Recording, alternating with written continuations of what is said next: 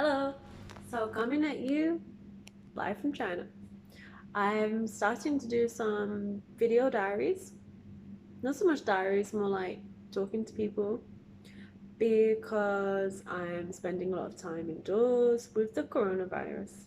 And so, there's a lot of reflections, there's a lot of things I've learned, there's a lot of ways about balancing yourself and getting the most out of life that I feel I want to share and put out there. It's not particularly something new, but I think the combination and the way that I'm trying to relate it might be a little bit fresh for some people. It might just suit you. That's the funniest thing that we need to realize in life is that it's not necessarily that something is completely wrong, something is completely right. It's about what suits you. So, where to begin? Well, let's start with that. I think one of the biggest problems we have is that we like to compare ourselves to other people. And in a way, it's healthy to be aware of what other people are doing. It's healthy to have some comparisons because if you are living in a bubble and you have no idea what's above or below you, then you won't be able to relate to yourself and actually find out what your true feelings are about your situation. So it can be very healthy. They say, how can you know the opposite if you have never experienced it? So unless you have this innate feeling or a very extreme passion or drive or some type of belief that came from, now we're going to go into what you believe, where that came from, that's not important.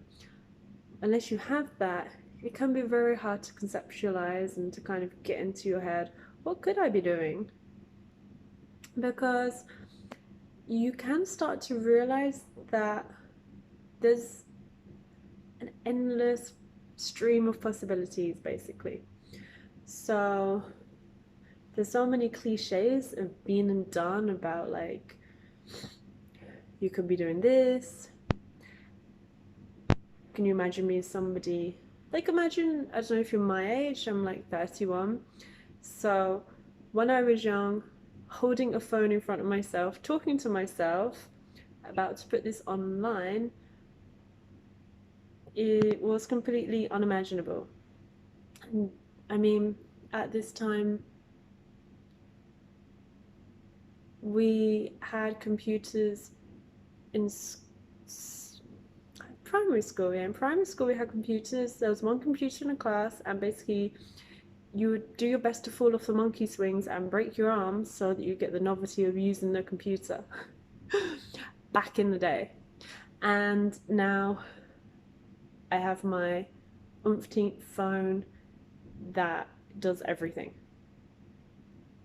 and a computer that fits in my bag that's just a laptop, and it's probably even considered a bit bulky compared to the snazzy things that you can get nowadays. So, cliches aside, there is an incredible amount of opportunities that you can create in your life that you just have no idea about. So, back to the point, it is quite healthy to be aware of what other people are doing because it can be inspiring and it can also be off-putting.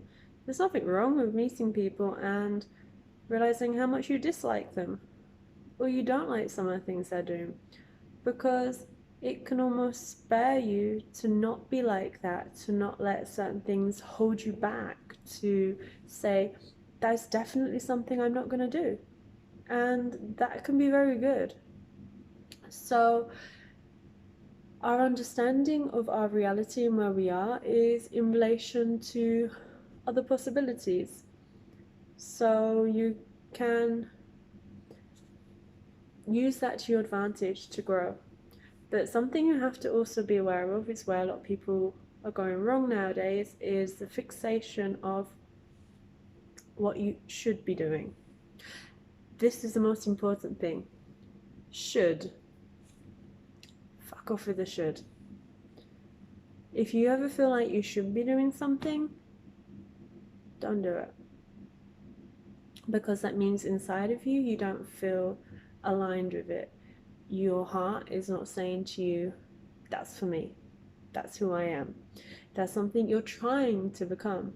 And instead of going out of your way to do it, you should try to understand where this has actually come from, why you feel that you should be doing that. And that might take some time to get in touch with. It might take looking back over other times you have felt like this and to start to look for the patterns and the cycles, because when you start to do that, there can be a surface reason why you feel that you should be doing it, or there can actually be a few reasons going a bit deeper that maybe you didn't actually realize. So it's all about balance. It's very good to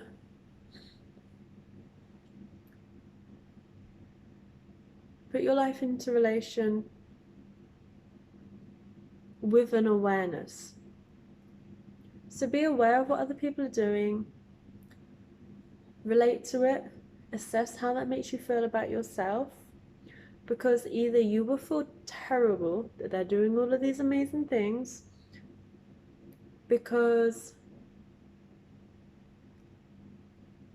there's something you want to do that you've let go of, or there's some dissatisfaction in your life.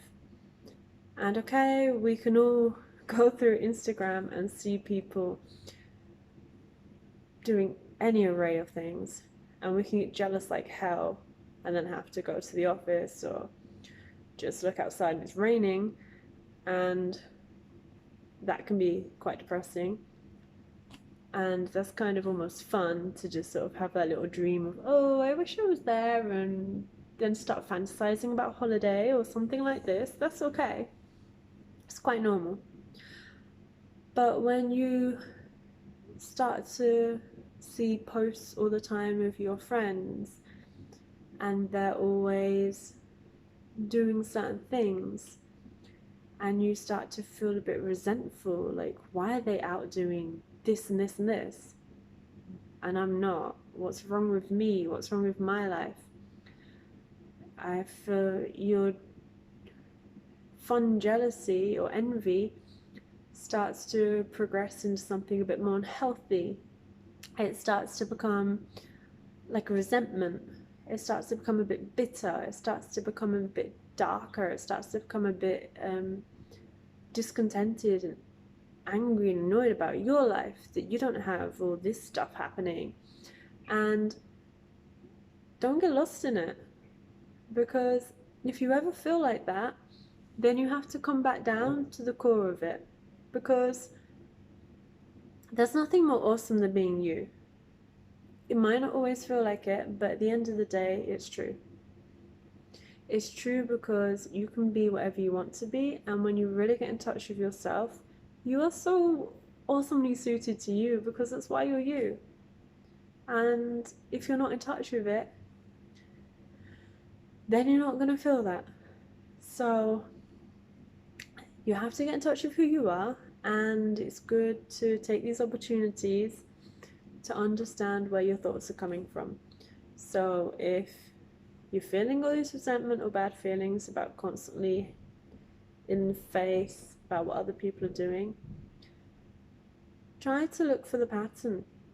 Try to think, why is it that's okay and that's kind of funny to see these posts or these people sharing things, but why are these ones quite annoying me?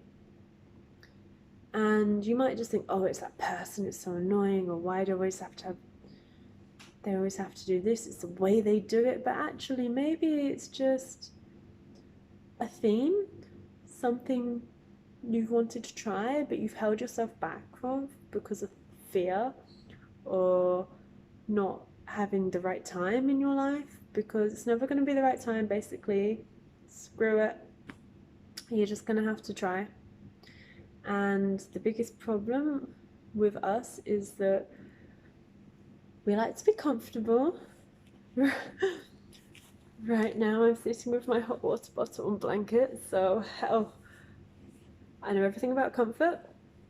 We like to be comfortable. And they actually say that as humans, we are more concerned with our risk factor of losing than we are gaining. So, dots join together. As much as we want to do something, if it's too goddamn scary, we're probably not going to do it because we don't want to lose what we have because it's comfortable. It might not be that fantastic, but there's a comfort in familiarity. So forgive yourself, accept that, and realize that if you really want to do something, there's never going to be a time when it's comfortable to do it if there's a chance you could lose out compared to what you have. You just have to then say to yourself, at the end of the day, am I going to kick myself and wish that I'd done it? What's worse, possibly falling on your ass now, losing what you have, and having to build it back up again, but knowing you have support, friends, or family that can help you do that, or getting to the end of the day where you're too old and spent to have any possibilities of ever trying it, and then saying, fuck, this is what the life's about, and I never tried. It doesn't have to be something big. It doesn't have to be, it can be anything. Even just being honest about certain things, doing what you really want to do. You know, me personally, I'm so polite and agreeable, and it comes very naturally. And normally I'm quite easygoing, but sometimes we have a tendency to want to be nice and to make other people happy, that we lose sight of what we want. So even just saying what you really want to do can lead to that type of resentment, can build up, can become something much, much bigger than it should be. So even just small achievements like that you can do on a day-to-day basis, and that can help build you up and strengthen you and boost your confidence and the direction in life of where you want to go for when you want to do the bigger things. So step by step, keep it simple, and look for your patterns. Get in touch with yourself. Realize if you want to do the things that you're going to regret not doing, you're going to have to get a little bit uncomfortable. So just start small. Start small, because it's always small things. It's just the way it is. Don't need to tear yourself apart. Just taking a step to work with yourself and get into that recognition that's enough already. Then it's a process. And during my lockdown time here in China, I'm gonna throw out any things that are coming into my mind that could possibly help you with this, because I can promise you I've gone through this 1,000 times in my head, and it's taken me a few years now to get to a place where I actually feel relatively calm inside of me, and it's always subject to change, as is life, and that's part of development and growth, and that's why we're here for each other. That's why I'm throwing this out there, because maybe one of you, some of you, anyone will be like, I needed to hear that, and it kind of makes sense to me, and maybe even inspires you to find other things that are gonna bring you further along your path. And this is exactly the type of things that I have been watching that have been reaching out to me. So one of the things that I have come to believe is that when you feel like you're missing something, when you feel like there's something you really need, you feel a bit lonely, you feel a bit empty, you feel a bit lost, try to put it out there. Try to just be what you need. So when I sit there and I felt like a bit down on myself for a little bit, like a bit lonely, I guess. Instead of thinking too heavily about it, I've embraced the feelings I felt that, but then I've taken the time to think of somebody that I love. Obviously, the first choice would be somebody in my family or a friend, and I've just taken the effort to send them a message, send them a voice clip, give them a phone call. Well, a message is often easier because it's just like a message of love, just to say, by the way, you are freaking fucking awesome. I love you. And, you know, if it's the first time you're sort of throwing it out there, you can say, I know I don't say this often, but you mean a lot to me. And you're a really incredible person. And just however you want to say it, just to put that out there, because one day that's going to come back to you. And it's going to be when you least expect it, and it's going to be from a random person, and that's what you're doing right now. So they say if you throw a boomerang, it's going to come back and hit you on the head. So be the boomerang that you need. Chuck it out there. See ya.